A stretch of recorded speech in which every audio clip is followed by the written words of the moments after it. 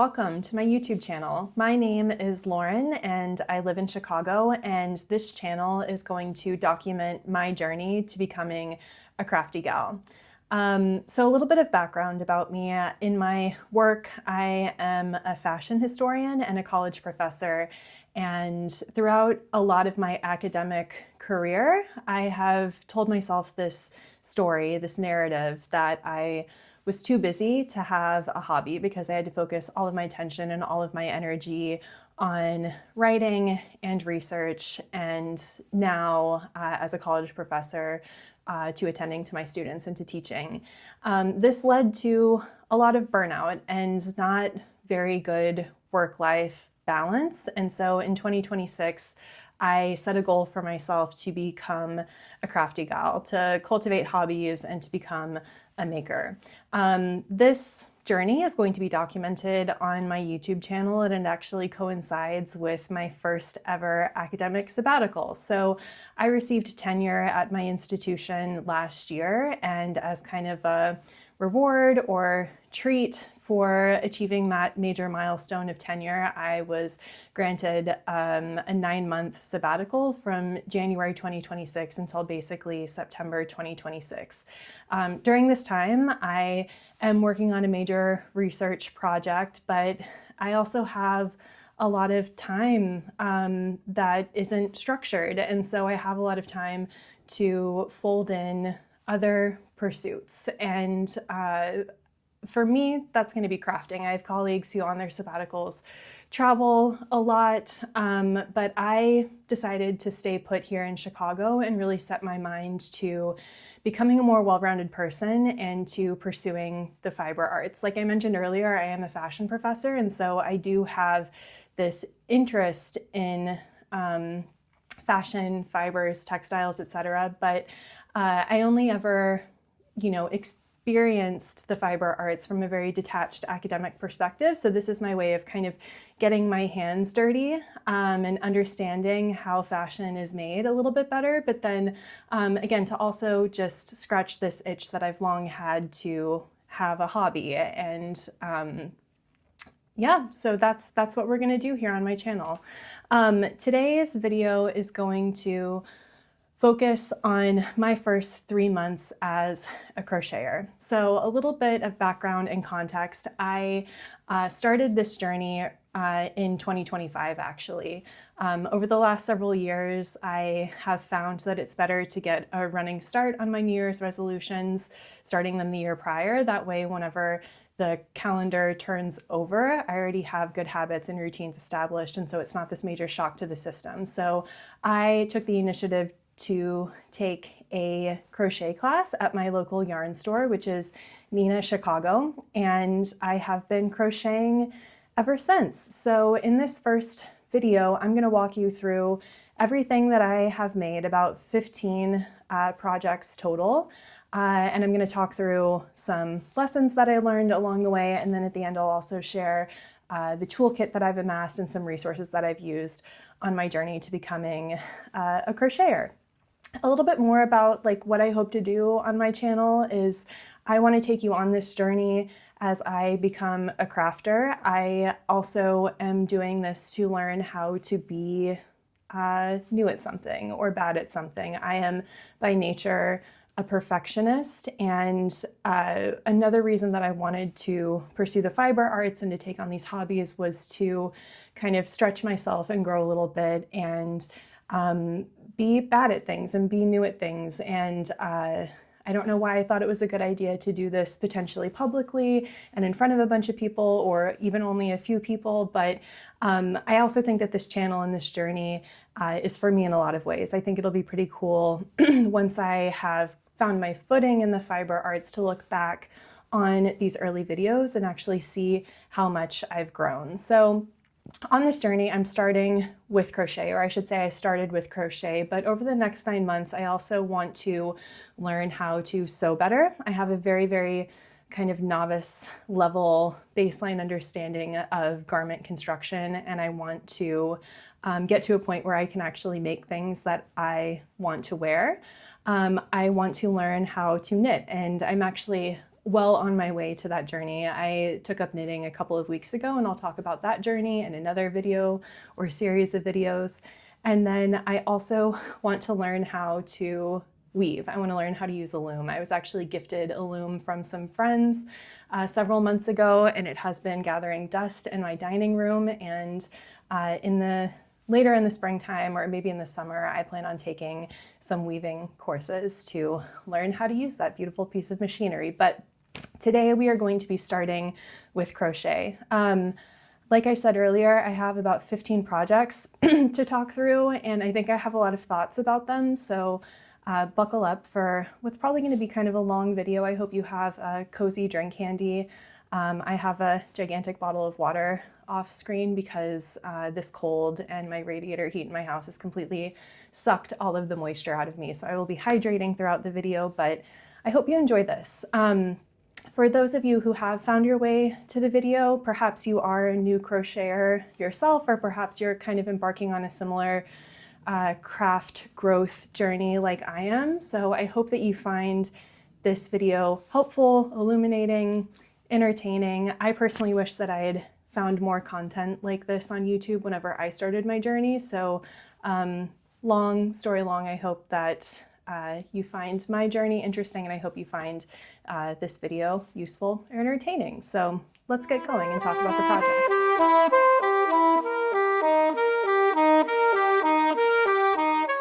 Okay, so my first project was the project that I completed, or that I started, I should say, at Nina Chicago whenever I took that crochet class back in November. So here it is.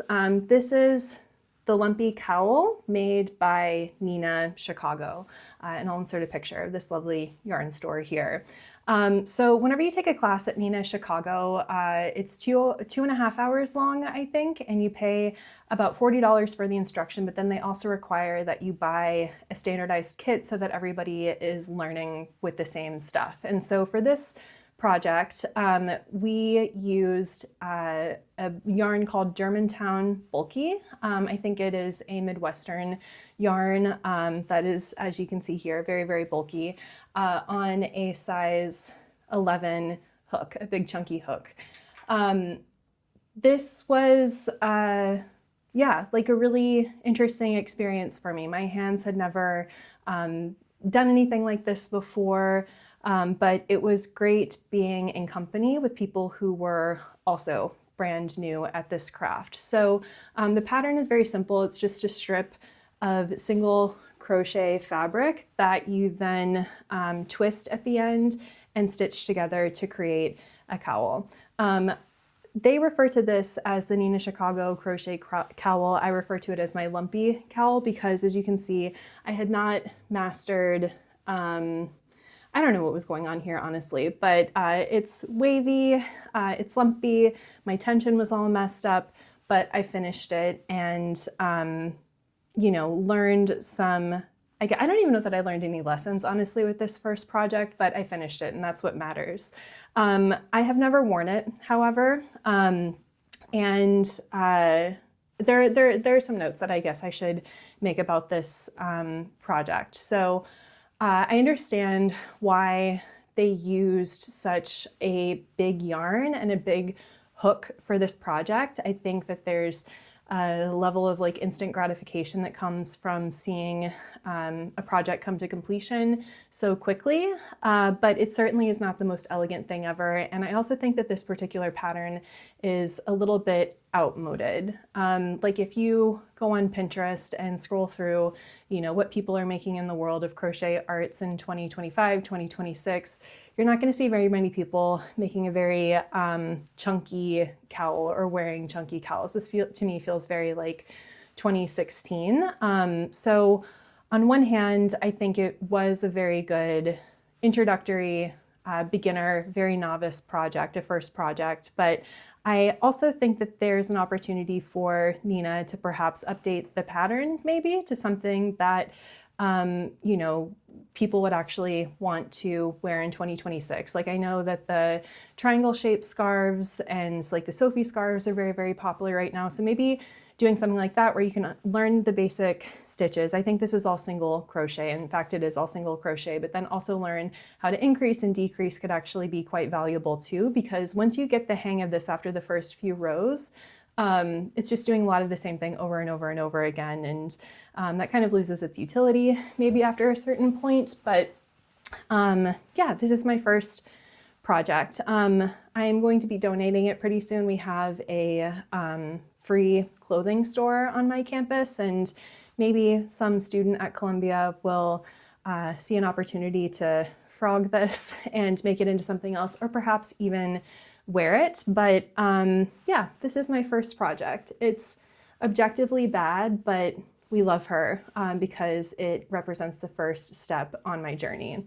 Before I go on to my next project, I just wanted to say something about the yarn. So again, it's made from this very like woolly, bulky, natural, like 100% fiber, wool fiber yarn that I think is from the Midwest, but weirdly it feels kind of synthetic to me. It's not my favorite yarn. I don't think I would ever like seek out this company Germantown in the future because I'm not impressed with this yarn. It actually split a ton as I was using it. So that's the other kind of caveat. Maybe Nina could consider updating the pattern and then maybe using a little bit more of a beginner-friendly yarn that doesn't split as much. I also don't love the color. So there's a lot about this that I don't like, but again, it is the first step on my journey, and so it is symbolically important. So with that, we'll move on to the next one.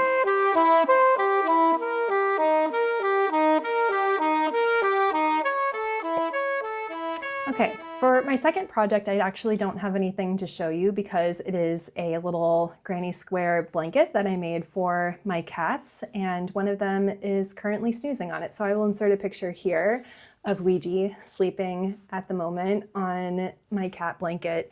And it's also just covered in cat hair at this point, so I don't need to show you that all up close. But whenever I, took the plunge and decided to start learning how to crochet, I knew that I wanted to make a lot of stuff out of granny squares. I think there's a lot of really cool pieces, projects floating around on Pinterest that are, bringing the granny square into the 21st century, making things that look very like high fashion, very cool.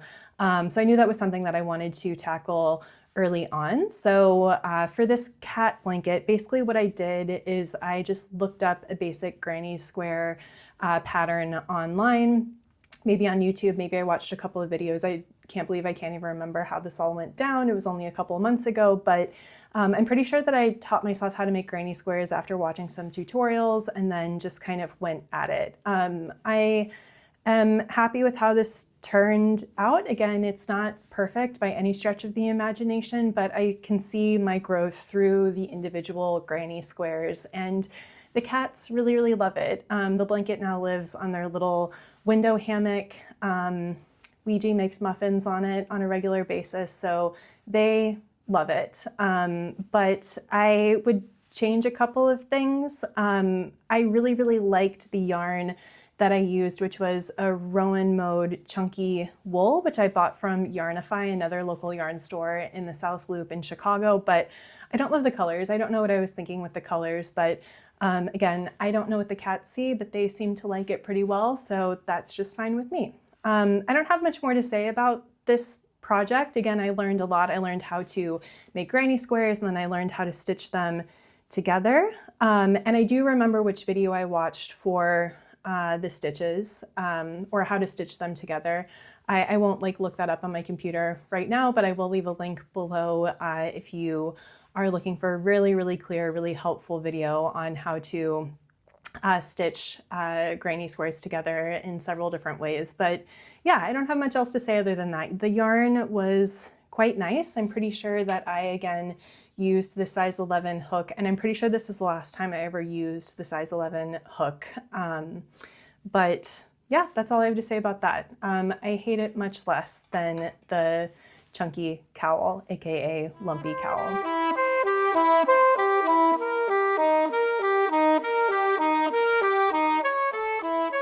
Okay, I also don't have this next project to share with you because it is currently in Kansas City, maybe around my dad's neck. It's been very cold there. So my third project was a scarf. I was really kind of on a roll, I guess, with the granny squares, and I really wanted to expand my repertoire. So I ordered this book, Block by Block Crochet, and set about making a scarf for my dad for Christmas. Very bold decision, only a couple weeks into my crochet journey. Again, I had my first class in early November, and I'm pretty sure I started this project in mid-November.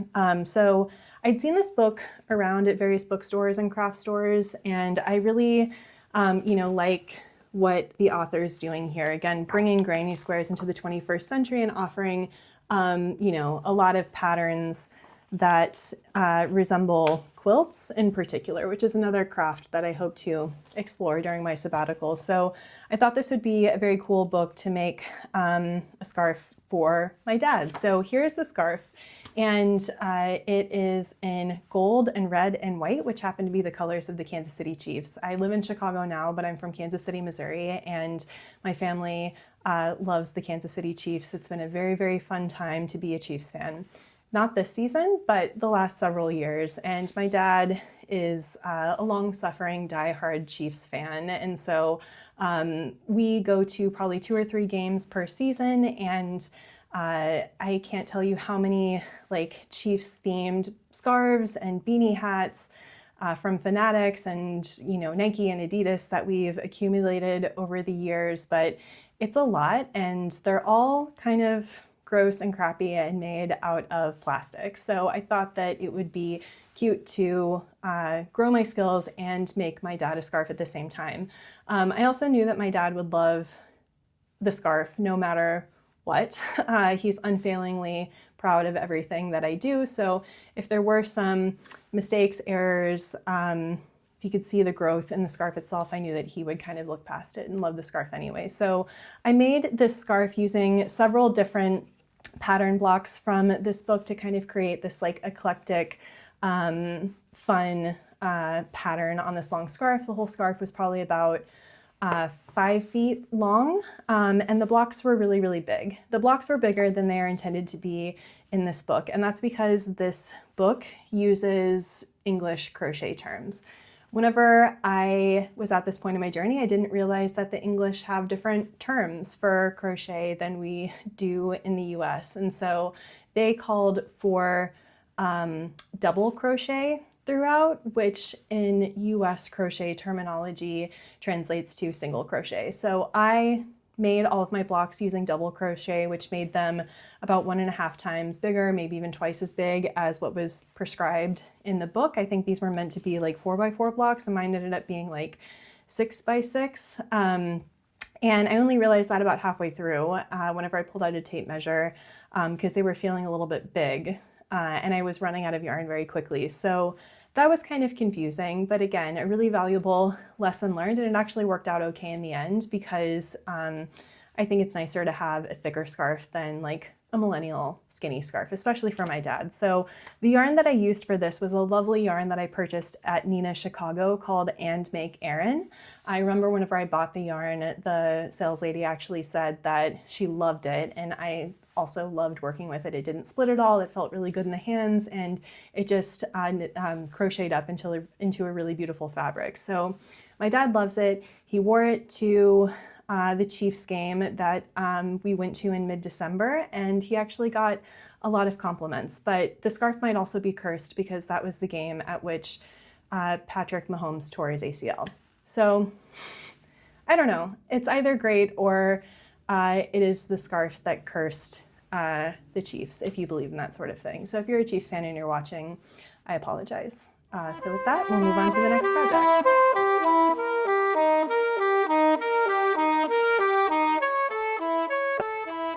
Okay, I'm talking about each of these projects a lot, so I'm going to try to pick up the speed a little bit so that we're not here all day long, because I know that's maybe not everybody's cup of tea. So after I finished the scarf, I officially moved into what I refer to lovingly as my dumb hat era. I started crocheting mainly because I wanted to make dumb hats. My dumb hat obsession started last winter whenever I bought my first hooded scarf.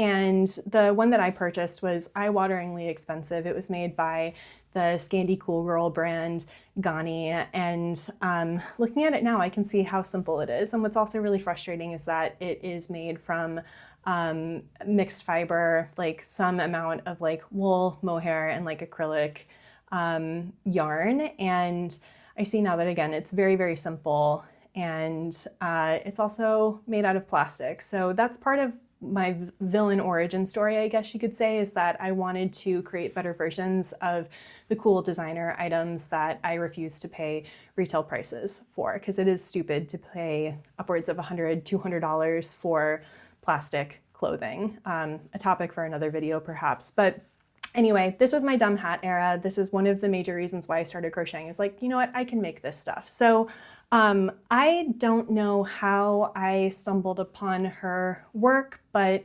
I, maybe even before I started crocheting, I had learned about Paula Averkamp's YouTube channel, which I will insert clip here, insert picture here.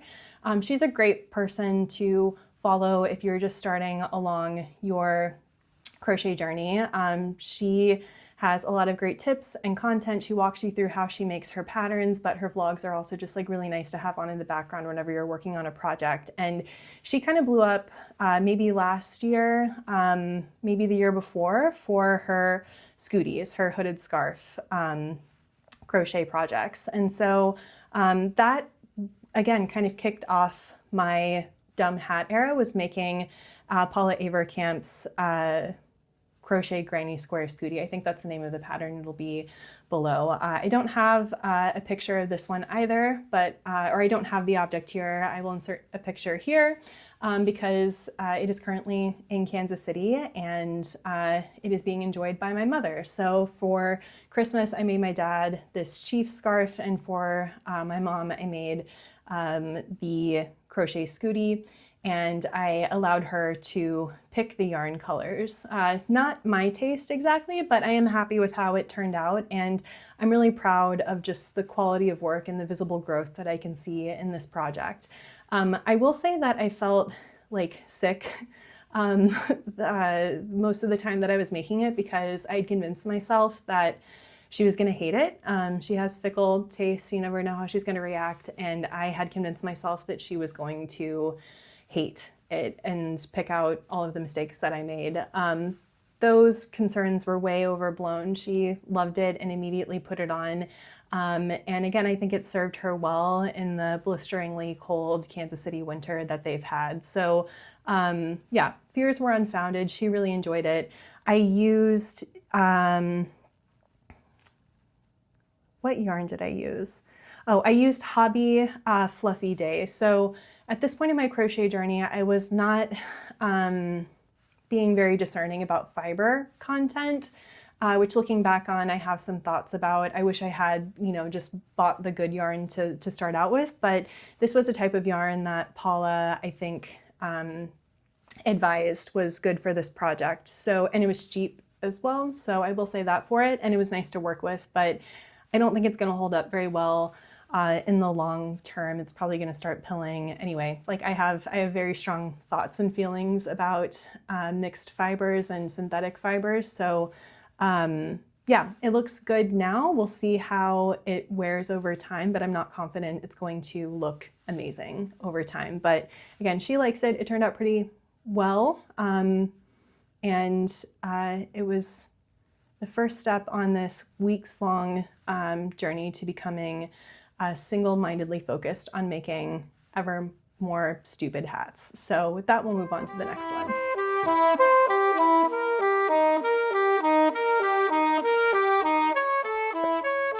Okay, so with this one, I actually do have something to share. So my, what am I called? This is my 6th project. Oh, I've skipped some. Anyway, we'll go back in a second, but this was my 6th project on my crochet journey, and it is a granny square scootie. So this one is another one where I didn't use a pattern. You might be looking at that and you're like, Lauren, that is a huge hat, and you're right, it is, and I'll tell you why that is in just a minute. But I didn't use a pattern for this. I just watched several different YouTube videos and found some Pinterest tutorials and kind of hacked it together myself. So it is gigantic because I have a big head. I have like an extra large size men's head, and I feel very self-conscious about my head size, and I've been hurt by too small hats a lot in the past. And so I knew that I was going to be investing a lot of time in this project, and I didn't want to make something that was too small. So I overcompensated by adding a couple of extra rows to the granny squares. And I was using the length of my head, and I thought, well, I don't want this granny square to end above my chin, because then the mouth part is going to, like, the bottom part's going to cover my mouth. I didn't take into account like how big the granny squares were on the crown of my head. So whenever I was doing my measuring, I was holding the granny square up too high. And anyway, my measurements were off, long story short, and I ended up making this massive piece of crochet work that I unfortunately almost never wear. Again, I don't love it, but I learned a lot through this project. So the yarn choice was insane. I used the Hobby Friends Extra Fine Merino. It's a sport weight yarn. These granny squares took me forever. I think I probably worked on this for 2 weeks straight for a couple of hours every day. Maybe not that long, but it took me a really long time, and it was kind of all that I was working on, only to finish it and realize that it was gigantic and it looks really, really silly on my head. It doesn't look so bad whenever I just kind of wear it over a coat and let it serve the purpose of a scarf. I like the color palette, and the construction is pretty good. Like, my tension is nice. I think the seaming of the granny squares looks pretty good, but it was a lot of wasted labor for something that I don't wear and which cannot be easily frogged. There were obviously a lot of ends to weave in here. Maybe I could cut it apart and just turn it into a bunch of like pot squares or pot holders or something. I don't know, but I don't know. The colors are really nice. I just was a dummy whenever it came to the size of the squares. So lessons were learned here, and you'll see the fruits of those lessons learned in forthcoming projects.